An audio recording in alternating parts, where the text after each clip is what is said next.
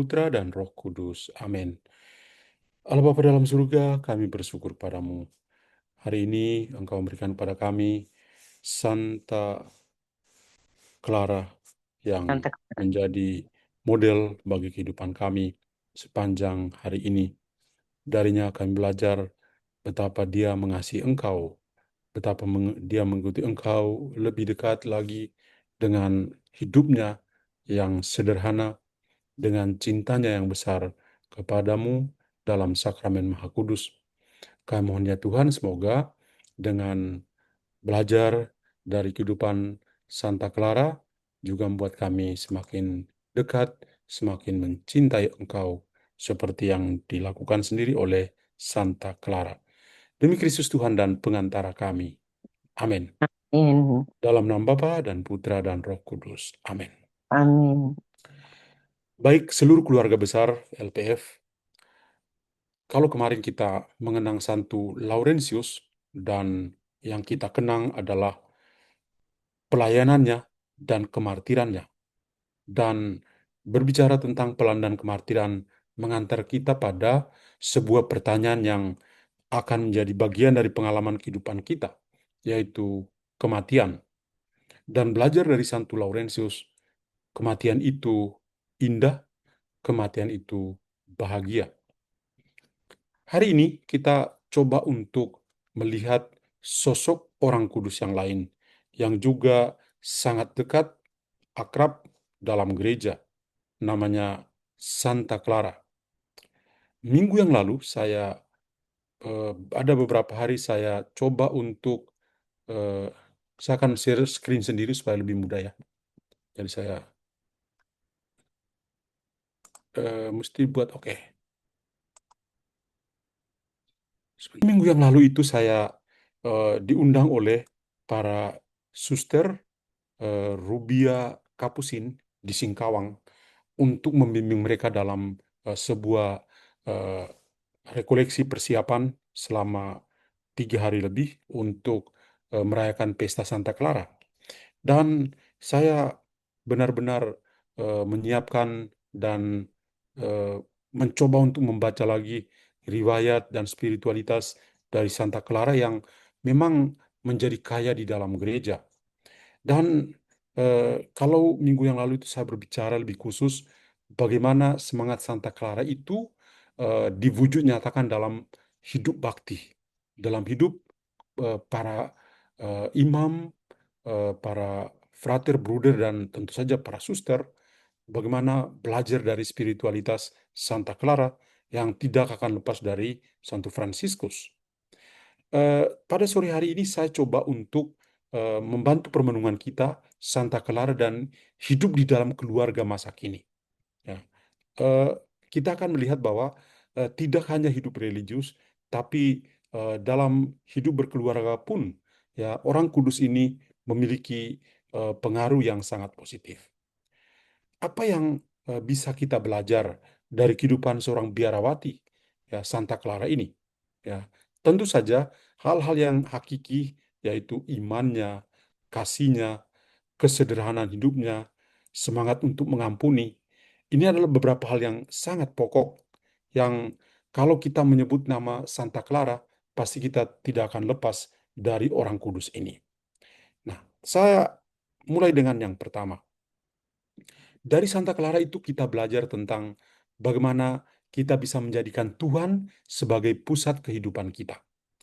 Santa Clara kalau kita melihat gambar-gambarnya, itu dia selalu memegang monstran, ya monstran, dan posisi monstrannya itu selalu ada di hatinya. Ini sangat simbolis, tapi mau mengatakan bahwa cintanya kepada Tuhan Yesus dalam sakramen Maha Kudus itu sangat agung, menjadikan Tuhan sebagai pusat kehidupannya. Maka Santa Clara itu menempatkan Kristus sebagai pusat hidupnya, seperti gambar yang saya eh, tampilkan di sini.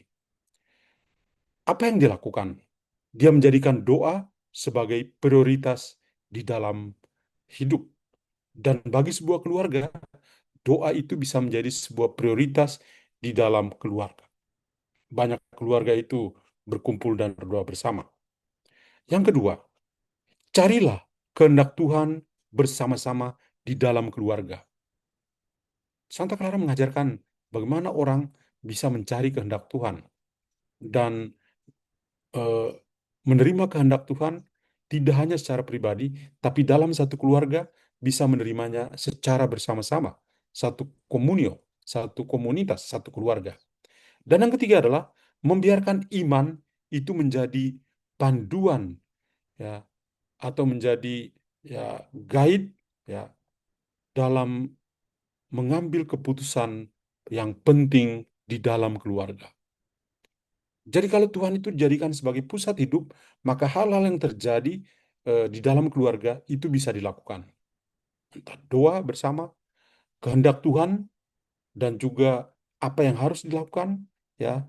Tuhan itu menjadi pemandu untuk mengambil keputusan yang tepat untuk keberlangsungan hidup keluarga. Yang kedua, cinta itu melalui sebuah pengorbanan diri. Santa Clara itu, ya, eh, mengajarkan dari hidupnya sendiri, tapi juga orang-orang yang ada di sekitarnya, bagaimana cinta itu penuh dengan pengorbanan. Dan tentu ini tidak hanya pada dirinya sendiri, tapi dia belajar dari Kristus sendiri. Tuhan Yesus mencintai kita karena dia benar-benar mengorbankan dirinya untuk kebaikan banyak orang. Maka di dalam keluarga, apa yang bisa dilakukan, ya, sesuai dengan semangat dari Santa Clara yang mengatakan tentang cinta melalui pengorbanan ini. Kehidupan Santa Clara itu mengajarkan bahwa cinta sejati itu memang murah hati. Dan sebuah keluarga itu menjadi kuat karena ada cinta yang murah hati itu.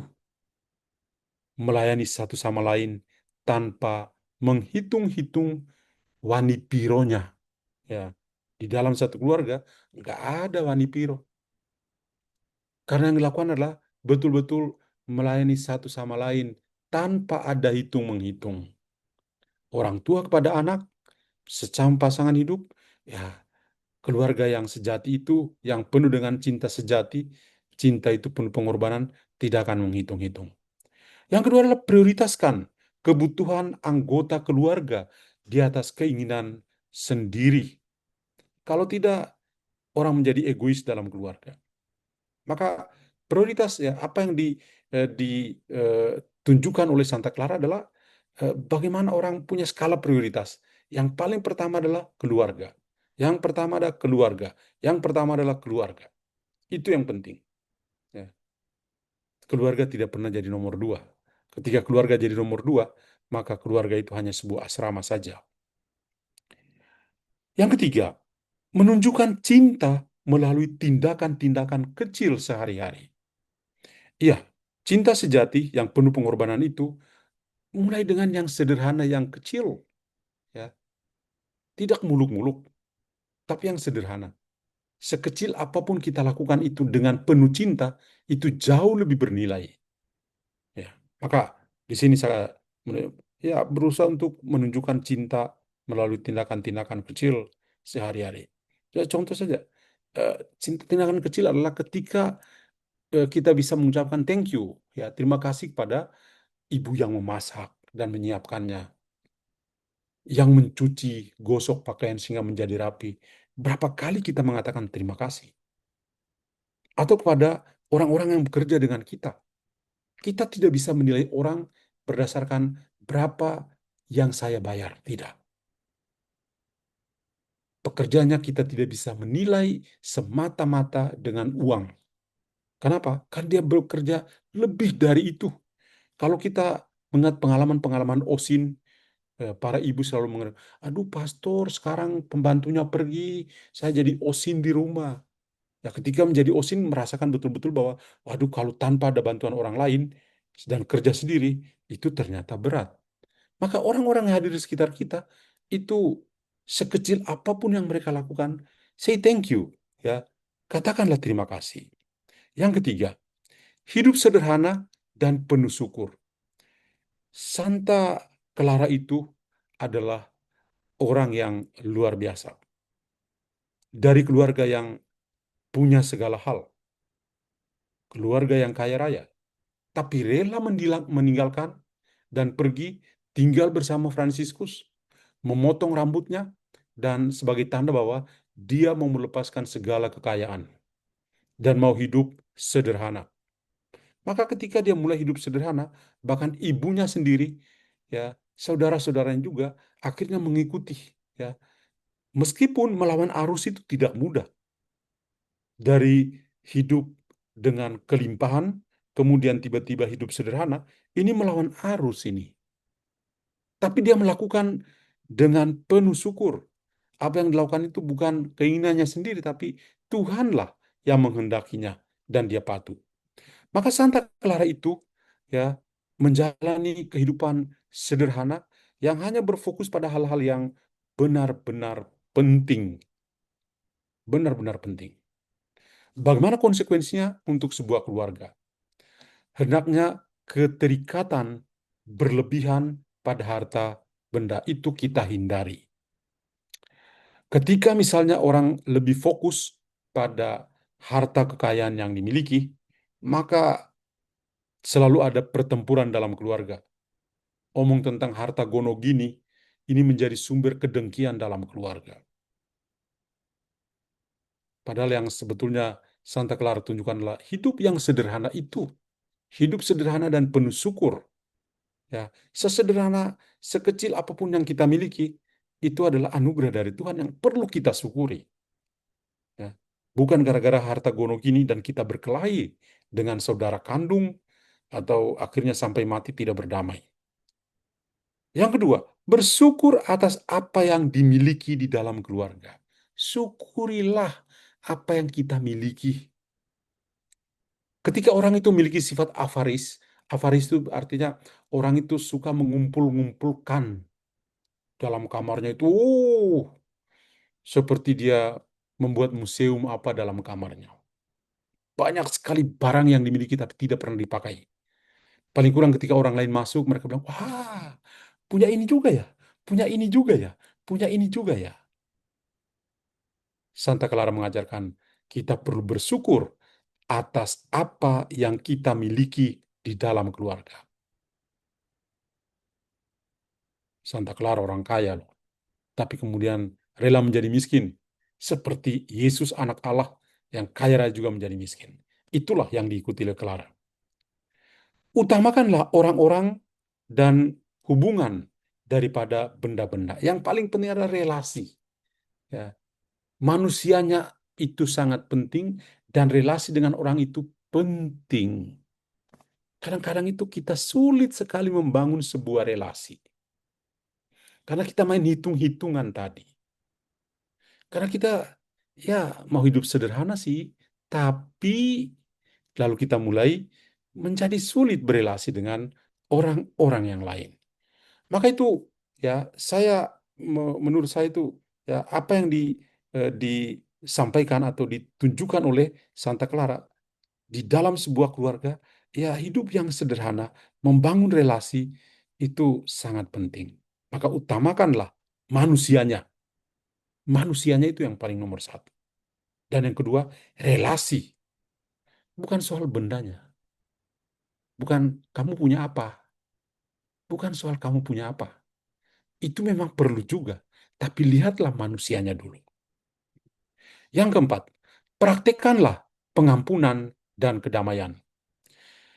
Santa Clara juga memberikan pesan yang sangat indah. Orang perlu hidup dalam semangat untuk saling mengampuni dan membangun rasa damai. Ini tentu butuh kerendahan hati, butuh kesabaran, butuh rekonsiliasi di dalam keluarga. Kadang-kadang itu menjadi sulit. Ternyata dalam keluarga, membentuk sebuah keluarga yang dasarnya adalah kasih, itu tidaklah semudah yang dipikirkan orang. Tapi seperti yang diajarkan oleh Santa Clara, kita perlu mempraktikkan semangat pengampunan yang berlimpah supaya ada rasa damai dalam hati. Maka butuh apa? Butuh kerendahan hati itu. Tanpa ada kerendahan hati, orang tidak akan melakukan yang namanya saling mengampuni. Tidak ada damai. Yang namanya kesabaran perlu. Kalau tidak mau sabar, bagaimana Anda bisa mengampuni? ya, juga pendamaian atau rekonsiliasi. Maka dalam keluarga itu, kalau ada sesuatu yang terjadi, dari semangat Santa Clara ini, perlu segera memaafkan. To forgive means to forget. Ya. Mengampuni itu berarti kita berusaha untuk melupakan. Melupakan. Lupakanlah yang sudah-sudah. Ngapain simpan-simpan terus ya? Orang yang itu saja sudah lupa, kok kita masih ingat? Ya. Maka dalam semangat Santa Clara ini, ya, segeralah untuk memaafkan. Ampunilah, maka kita akan diampuni. Satu lagi, bicaralah dengan lembut hati. Kalau ada sesuatu yang terjadi, panggil, bicaralah dengan penuh kelembutan hati. Itu nilai yang sangat bagus dari Santa Clara ya. Tidak hanya dalam hidup membiara, tapi dalam keluarga juga. Kalau ada sesuatu yang terjadi dalam keluarga, panggillah, bicaralah dengan kelembutan hati. Kadang-kadang kalau anak-anak bersalah, kita itu mudah itu teriak. Kalau kita tidak teriak, itu kita belum hebat. Kita jadi hebat kalau kita teriakin dia, kita marahin dia. Ah, itu baru, wah, itu orang tua yang hebat. Ya enggak juga. Kita akan mematikan karakternya, membunuh karakternya. Kita akan menciptakan kebencian di masa depan sebenarnya. Satu lagi, jangan biarkan kemarahan itu merusak keutuhan keluarga. Marah itu adalah induk dari semua dosa. Induk dari semua dosa. Kalau kita sudah marah, maka kita akan benci, kita akan dendam, dan lain sebagainya. Maka Santa Clara ini coba untuk mengingatkan kita, jangan biarkan kemarahan itu merusak keutuhan di dalam keluarga. Yang perlu dibangun adalah kasih, cinta. Yang kelima, kita belajar dari Santa Clara tentang tetap kuat di masa-masa sulit. Suatu keluarga pasti akan mengalami masa-masa sulit. Suatu keluarga pasti bisa mengalami yang namanya angin sakal. Para murid yang selalu bersama Yesus saja mengalami masa-masa sulit, angin sakal, perahu mereka terombang-ambing. Jadi, keluarga juga demikian. Maka Santa Clara itu tetap setia di tengah penderitaan dan ketidakpastian. Dia juga sakit. Dia juga mengalami tantangan-tantangan dalam komunitas. Tapi dia mengatakan, semoga biara Santo Damiano itu bukan hanya menjadi sebuah komunitas, tapi menjadi sebuah keluarga. Biara di mana Santa Clara ada, dia mengatakan, jangan ini menjadi satu komunitas saja, tapi harus menjadi sebuah keluarga, di mana pasti semua orang itu merasa sebagai saudara. Sangat luhur. Dan ini mestinya terjadi juga dalam setiap keluarga masa kini. Maka, hadapilah semua cobaan bersama-sama. Kalau ada suatu kesulitan, hadapilah bersama-sama. Itu punya power yang lebih besar. Tidak bisa sendiri-sendiri menjadi single fighter. Oh, oke lah, saya sendiri bisa melakukan itu. Tidak. Kalau bersama-sama sebagai satu keluarga, sebuah urusan yang berat bisa menjadi ringan. Maka tetap kuat di masa-masa yang sulit seperti yang Santa Clara alami. Saling menguatkan dalam iman. Kalau salah satu anggota keluarga itu mengalami kesulitan, silakan menguatkan dia. Kalau dia jatuh dalam lumpur, angkatlah dia untuk keluar dari lumpur. Jangan membenamkan dia semakin dalam lagi dalam lumpur. Atau menolak dia. Ya udahlah, kamu dalam lumpur, silakan dalam lumpur terus. Tidak. Saling menguatkanlah dalam iman. Maka angkatlah. Kita tidak bisa tertawa di atas penderitaan orang lain. Dan itu Santa Clara tidak menunjukkan itu. Percayalah kepada Tuhan ketika masa depan tidak jelas. Kalau ada suatu tantangan, percayalah kepada Tuhan. Yang keenam, membangun keluarga yang beriman. Ini juga penting sekali. Santa Clara itu hidup dalam sebuah keluarga yang luar biasa. Tidak hanya kaya, dalam harta, tapi kaya juga dalam iman.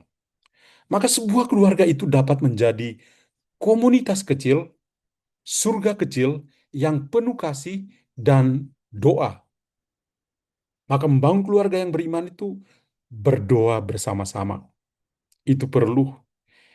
Hampir di semua keluarga yang ada di LPF ini punya pojok doa, punya ruang doa. Ayo, ruang doa itu dipakai. Jangan hanya menjadi tempat memamerkan patung atau gambar-gambar kudus saja.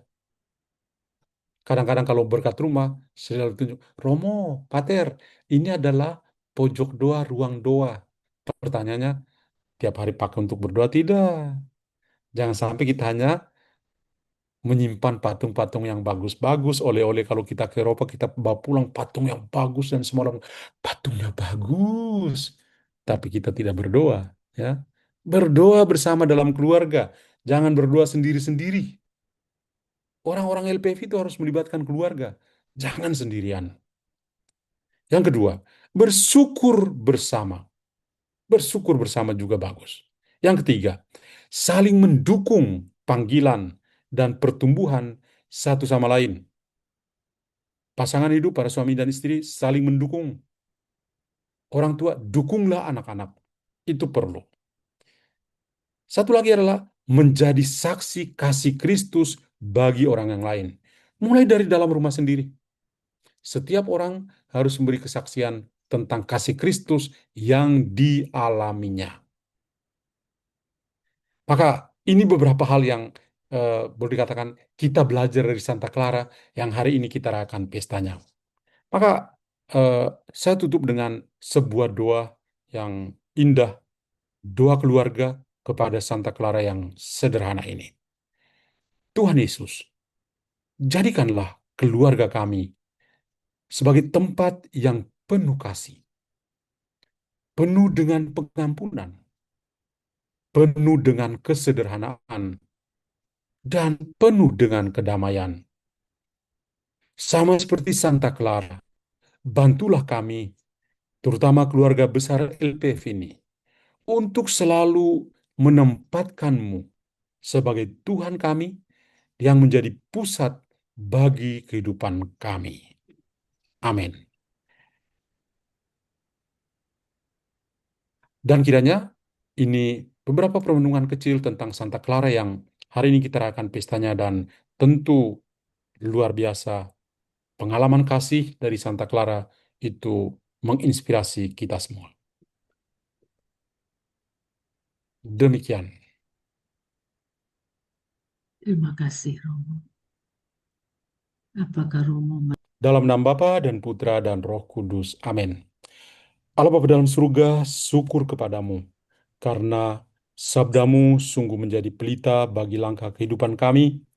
Santa Clara juga telah menerangi jalan kami untuk menuju kepadamu.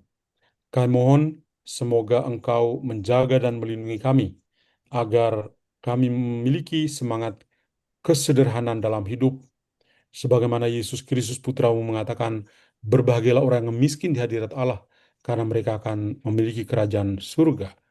Demikian pun semoga kami juga memiliki semangat ini, sehingga hanya dalam diri kami Engkau sungguh-sungguh menjadi Raja bagi kami. Terima kasih Tuhan, namun kami puji kini dan sepanjang masa. Amin. Amin.